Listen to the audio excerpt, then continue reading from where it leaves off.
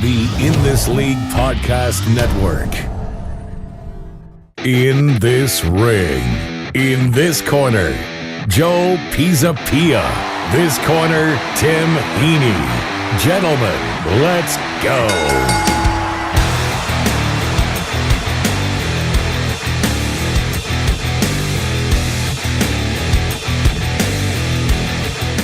All right, let's get to NXT TakeOver. And Matt Riddle, Cassius Ohno, another good match. I always say the same thing about Ohno. I really enjoy him. I like the fact he's different. I like the fact that he's not your average body type. I think it's funny, too, that, WWE has a bunch of big guys that might all be, not all cut or whatever necessarily. They're just some big, strong guys. And that's good. He's just big. I mean, he's just kind of big and doughy. And I feel like that's the only reason that this guy isn't working on the higher level. I agree. I mean, it's just stupid. Like, when do we just get over that? He was a great worker with his Cesaro Tag Team Kings of Wrestling on the Indies. Fantastic stuff in the ring. He's a great general to work with these not younger guys, but less WWE experienced guys like Keith Lee and Riddle. I think that they're missing the boat with him. I think that they could might have already been missed. Might have sailed already. I don't know if it has. I think because this 2019 has a big wide open feel to it, I think they could give it one more shot because I feel NXT has been such a respectable commodity for so long now that maybe, just maybe, it's not always these guys that you want to move up like Lars Sullivan. It's the guy that you've overlooked time and time again you give a shot to instead. Mm-hmm. It's not the guy that you kind of pick and choose. It's the guy that maybe just really deserves it and just throw it out there and let's see what happens for 3 months. I have really liked how he's been like, I want to kill all of Regal's shiny new toys. It has been a good way to kind of revive him in NXT. I think it's great. And I think that kind of gimmick could work in the other end too. I think he's a great in the ring performer. He's outstanding on the microphone. He's got good imagery in terms of his character with the zero and the punch and the whole thing and the oh no stuff. It all just works for me. And Riddle's, we all love Matt Riddle. I mean, there's not too much we can heap on Matt Riddle. This was a good match. I enjoyed it. We have Johnny Gargano versus Ricochet, which I thought was the match of the night. Oh my God. This was epic. And Johnny Gargano right now, I mean, it's really difficult to not talk about him in the top 5 guys in the business, period, right now. Yeah. He's elevated himself to that level, and it was great to see him in the Royal Rumble and get that opportunity up there. I was so happy. My kids were ecstatic. This was terrific. And everything about this match worked. The pacing, the in the ring, out of the ring, everything they did was just spot on. There's not a moment to change in that match. And there's not a lot you could say that about. And Gargano with the increasingly heel work, even though we always had the crowd behind him already, just it really reflected because, going against Ricochet, that's a, babyface fan favorite. Gargano really arriving as that tweener type, but still has the cult following. It's just fantastic atmosphere overall. Yeah, this is one you go back and you watch over and over again. It's added to the classics. You could say the classics of Johnny Gargano, but also the classics of NXT in the last 3 years. I mean, they're just terrific. I don't know if it's his matches almost level, but it's very close. Yeah, it was definitely close. It was right there for sure. You have War Raiders defeating Undisputed Era for the NXT Tag Champions. Your thoughts on this one? I mean, very nice. War Raiders. I love the Ring of Honor work, and it kind of took them a little bit to get there with NXT, but then the War Games happened, and then they really kind of broke out. So I think now working with Kyle O'Reilly, another Ring of Honor veteran, and strong too, actually, kind of really was the way to get him over. And War Raiders they're fun to watch. I mean, Hanson just moves like a cruiserweight at times. It's so fun.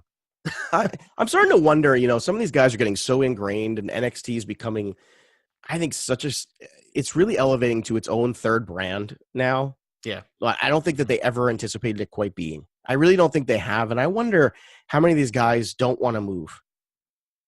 Yeah. I mean, I know they want the money. I mean, I get that.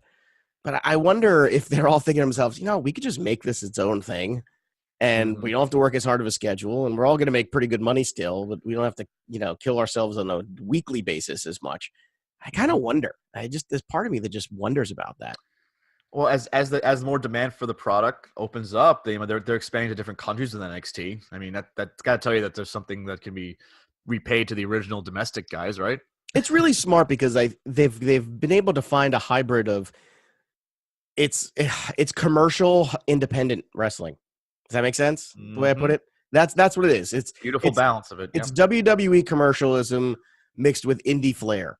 And so you make all the independent wrestling hardcore fans happy, all the real ring rat people happy, and then you make all the other people happy who like a clean product that doesn't look like crap and that has good graphics and and great booking booking. It's going to deliver and good production value and all of that. And that's they've really found something there, and that's why I'm so excited for Triple H to someday take over the whole thing. Because if this is what his vision is, I would be astounded to see what he could do with the money on the main roster.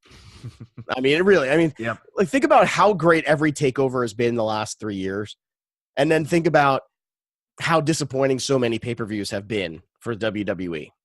Some of the big fours have been good, but overall, a lot of the pay-per-views very hit and miss. You've gotten some better ones of late, but still, I mean, that's it's staggering to think about. Shayna Baszler retains her championship against Bianca Belair. How about that moment when she hit her with her hair and she opened her up there? So good. Oh my God, that looked. I've seen a lot of things in those. That really looked painful. Did you see the ref's Jessica Carr's reaction? No, I was too. Oh my God! I was too busy doubled over, freaking out about it. I couldn't. I had to take a minute to myself. I couldn't. You were fetal for a bit. I was in a ball, crying myself to sleep. Oh, why? I was like Nancy Kerrigan after Tanya Harding's buddy, Jeff Gillooly, and what was the other guy? I don't remember the other guy. It doesn't matter. Gillooly didn't do it, but is there a better name than Gillooly for like an unauthentic character? I mean, really. What's your name, Jeff Gillooly? Oh, you seem like a good guy. Nice name generator. Do you think name Belair did herself justice here? Do you think she had a good showing? Yes, absolutely. A couple of missed spots there. I think that's the way I would do it. I think that as a character work, it made her be that sympathetic character, even though she's been this kind of, this arrogant tweener type. I think the crowd really got behind her here. I don't know if she's going to win it again in the future because, you have so many in the queue right now, like Io and Toni Storm down the road. But I think she'll be back in the title picture eventually, and this really helped her become a more complete wrestler. I think Shayna's always going to work better with the Kairi Sanes and Ios of the world because I think her style, Bianca Belair is a very strong athletic style, and that's kind of more in the Shayna Baszler as opposed to the more showy, athletic, high-flying kind of style. I always feel like the different styles are always more interesting to watch for the most part. I mean, even when you watch Andrade Cien Almas and Rey Mysterio, they're in a similar style, but one has so much more power and one is smaller, and it allows them to do more spectacular things together and more surprising things together in the ring. And I think what happens is I think Shayna's matches with Kairi over the last year have really spoiled us. And this was a good match, but I think we're used to seeing on a higher level, and that's I think that a lot of that credit should go to Kairi Sane as well. I think so. I think Kairi's just fantastic to watch when she. Well, Ember's injury is an opportunity for them to move her up. I agree. I also think with the Shayna Bianca was a much more deliberate match. I think you had the spurts of high flying stuff, but I think you wanted Bianca to have that strength showcase, and not used to that as much of the Shayna paces that we've talked about. Like you just said, the quickness versus the power. It's power on a little bit more power with a little more speed. So let's see the match again. I think they could do a better job the second time, but a good start for Bianca to be in that main event women's picture.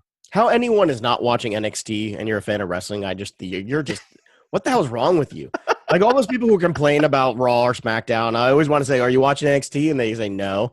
And they're like, I'm like, what do you mean you're not watching NXT? What's wrong with you? Or at least watching the takeovers, for God's sakes. Oh, just idiocy. Anyway, Tommaso Ciampa versus Aleister Black. Ciampa retains. Another great match here. I really enjoyed this one, and I love the finish, and I love the ending when they come up there and he's at the ramp. And him and Gargano both come out with their own titles. It was great. It was such good storytelling without overdoing it. Yep. You let. I feel like sometimes the WWE forgets that you can let images say a lot more than words, and sometimes they try to talk their way through things and create moments instead of just letting moments. And that's the one thing about these NXT guys. I think sometimes maybe because they're smaller, they have a chip on their shoulder, and some of them have this unique gift of, they're emotionally very connected. And I feel like it's because of that chip on their shoulder. They've always been trying to prove themselves. So when their moments happen, they're just more realistic. And the camera loves that. And the camera picks that up and it indulges it and it connects with you as an audience member. And I think that's why the NXT product is so special right now, because these guys are not only great physical communicators in the ring, just from the violence standpoint, but they're great physical communicators just emotionally too. Yep. And they really, I mean, Ciampa's just one of those guys. It just connects. You could say a lot more in a look than you can with the carefully worded promo. Show, don't tell, everybody. Show, don't tell. There you go. There you go. Also, nice note too, NXT is going to save me from Maroon 5 in the Super Bowl. Yeah. Because right after, in case you missed it, you had the whole thing where they showed up and Velveteen Dream came out in his very strange red sweater that went over his butt, which was just, I mean, like he just nails it every time. Like that outfit he was wearing with the two girls, and it's just, oh my God, the guy's just a star, man. I love him. He's that's another thing too. Who doesn't like Velveteen Dream? But what's wrong with you as a human being if you don't like Velveteen? I just don't get it. You got some issues. I don't get it. You do. You have issues. You need to check in somewhere or just reevaluate your standing in life. But it's great. You're going to have Aleister Black. You're going to have Velveteen Dream. You're going to have Ricochet against Ciampa, Gargano, and Adam Cole, baby. And that's going to be awesome. So much better than Maroon 5. A little bit. One more thing on DIY 2.0. I think they can go a long way for the next 6 months if you really want to slow play this. If you're not going to have Ciampa Gargano at WrestleMania TakeOver, have them be the next two-man power trip. Just take everybody out. I'm good with that. Austin and Triple H, just call back to that. What it should have been before Triple H got hurt. Just rule NXT for like 6 months or longer. I think that's their plan. Better be. I mean, it makes sense. Triple H is ahead of it anyway. Yeah. I think that's their plan. Because I think they realize that separately, they need them to really carry the weight right now. And and if they do have plans with Aleister, they do. I mean, Andrade's rise right now is real. I mean, we've been talking about him since the show started, and what you've seen over the last couple of weeks of him on SmackDown, those performances, his Royal Rumble performance. I knew he was going to be in the Fatal 4 of the Rumble. I mean, that was a good call. Yeah, it was easy, and I main roster fans only. You've got to be drunk not to realize how great this guy is. And the fact that he's got the mouthpiece in Selena Vega there who can talk for him and carry the promos when he needs to, but he also is a great communicator. He's another one, a great physical, emotional communicator. And he's charming and charismatic. He's not the best verbal person, but he doesn't need to be. He understands how to use the camera, and that's a very important thing. So thank you very much, Triple H. Thank you very much, NXT, for saving me from Maroon 5. I was just brutal. Not that I watch the halftime shows anyway all the time. Some years I do. I liked when Lady Gaga did it. I thought she did a great job. I thought hers was good. I'm trying to think of other ones. Prince was amazing. Princeton, that was great stuff. I'm partial to Springsteen, so I like that one. Springsteen was good. U2 was good. Yes, the U2 after 9/11 was a good one. That was a very very well done piece. Petty was a little lackluster, a little slow. Yeah, well, to me, I don't know why you're not going after groups like the Foo Fighters. It's a big thing. Like, I understand, like, you go Beyonce one year. Like, I get that. But, you got to get Maroon 5. Ugh, yeah. I just think it's becoming complete counter-programming. Like, they're just trying to get everybody. It's like, okay, who's the exact opposite that everybody will enjoy as a football fan? Oh, Maroon 5. Bingo. Like, who's the antithesis of masculinity? I know, that guy. They're going for the non-football fans that are watching the Super Bowl anyway. And Adam Levine, he is the antithesis of masculinity. I think you can absolutely put that on there. And meanwhile, you have the Full Sail 6 tiding us over. Pretty much.